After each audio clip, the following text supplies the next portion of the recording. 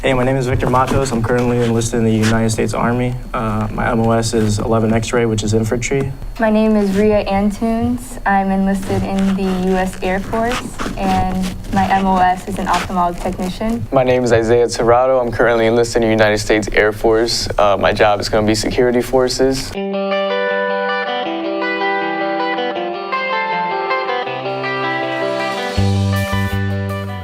Hello, welcome guys. Today I'm joined by my fellow friends I've known for plenty of years, so we're going to go down the line and please introduce yourselves. My name is Isaiah Tirado. I've been with Gio since elementary school, Alton Sullivan. I'm Ria Antunes. I'm friends with Gio through Isaiah. I'm Victor Matos, known Gio since sophomore year. I'm Amore Freeman, and I've known Gio for the longest now. All right, so we're here to talk about really the military and give them a spotlight, because I feel like in this school we kind of give the athletes a lot of attention, but we should give the military attention too. So one question I have for all of you guys is, what made you guys want to go into the military? Well, I'll take the answer for that. Okay, so I've always wanted to be a part of the military when I was younger. I always thought they were cool. And like when I was younger, the mentality was just that they're cool guys. They're guys that play around with guns and this and that. But as I got older, I see that there was like much more benefits to being a part of the military. You get like health benefits, you get housing, and you don't really have to worry about too much. And you get to wear a really nice uniform, you know. It's like a big accomplishment, and I would love to have that. I wanted to join because my dad was in the Army, and it just like opened my eyes to the military. And then also that it gives you so many more opportunities to go to school and, you know, make money and whatever. So I joined the military because it was more like a family tradition. Like a lot of my family members went into the military, whether it be in the Navy, Army, Marines, etc. And you know, just seeing people like the Marines and infantry and the Army, they were kind of like superheroes to me growing up. So I just wanted to be a part of that and, you know, kind of give back to the country that's given me so much. So what adjustments did you guys have to make in your lives to kind of like prepare yourselves for the military? lots of PT, like lots of working out and running and lifting weights. Yes, since once I decided, like when I made my final decision to join the military, this was after my last year of football. So I decided to start weightlifting in order to get stronger, faster, and just get bigger overall. And since then, after football season, I weighed around like 130, like 134, 135. Now I weigh like 161. So I think I've come pretty decently far, and I just hope to keep my physical like stature up until basic training, until I leave. Yeah, it's like they said. It's not like you could just kick your feet up and just like lay around all day. You got to do some PT. You can't eat as much junk food as you would before. And also, you got to be aware that you're going into the military and you're going to try to learn as much as you can about the branch that you're choosing. Oh, I know you had a question, Amore. Would you like to ask? Yeah. So, have you guys like had any fears or doubts about going in? Oh yeah. My biggest fear, right? And to be honest, it's gonna sound a little like I'm a wuss or whatever, but I don't think I'm a very independent person. Like I feel myself that I'm like a mama's boy. I've always done everything with my mom, through my mom. My mom has always been like an overseer of everything I've done. It's like, oh, like I always get her permission and stuff, what she thinks of what I'm doing and everything. But she's very confident in my abilities, and if she believes in me, that makes me feel pretty good. I am terrified of just going to Texas by myself and like going through basic training, like doing just everything by myself without someone there to be like with me. I don't know, just, yeah. Yeah, like the traveling aspect is really hard. Especially being away from family for so long, you know, like my sister just had a kid, and I love him to death, and I don't like being away from him more than a minute, so it's going to be kind of hard being away from him for like 4 to 6 months.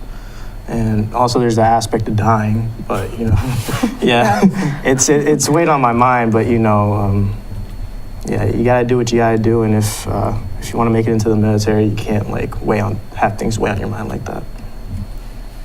Now, my question kind of goes hand in hand, like with what he said. Like, really, like, what kind of stuff goes through your guys' mind? Like, what kind of things can you guys say to others who are kind of interested into the military?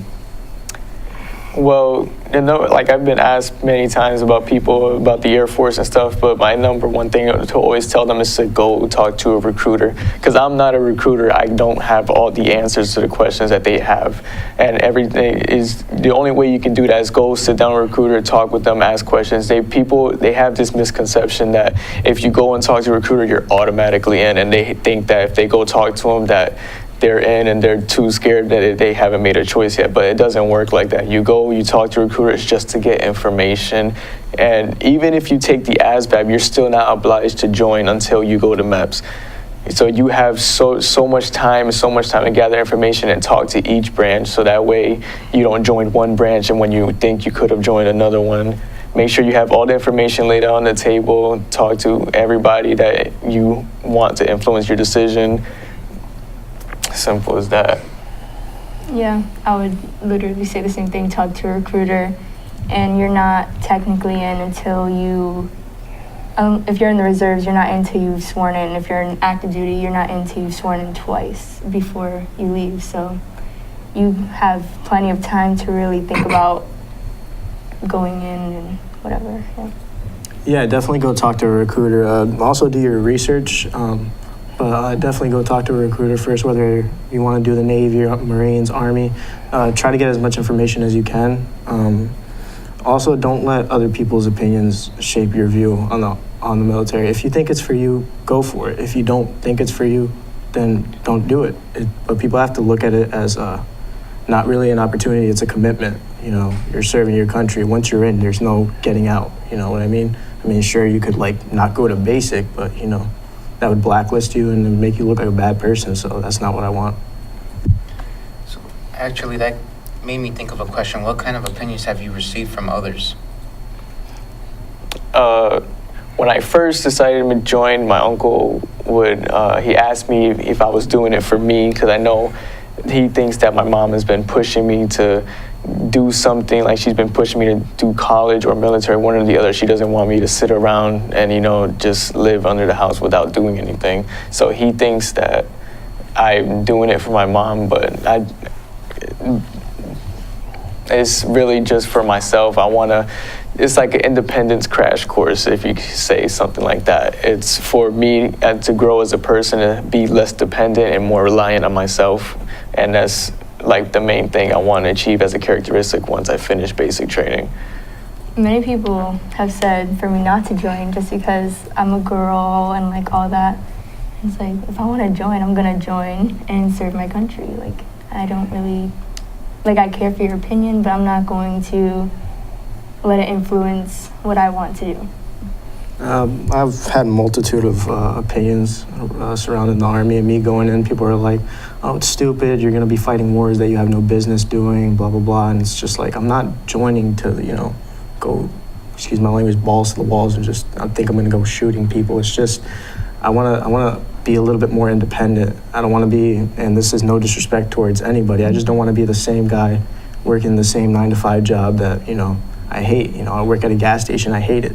I don't want to keep doing that for the rest of my life, and I have no intentions of going to college at the moment, so I just saw like serving my country was the best choice for me. You have any questions you would like to ask? No questions, but like have a statement.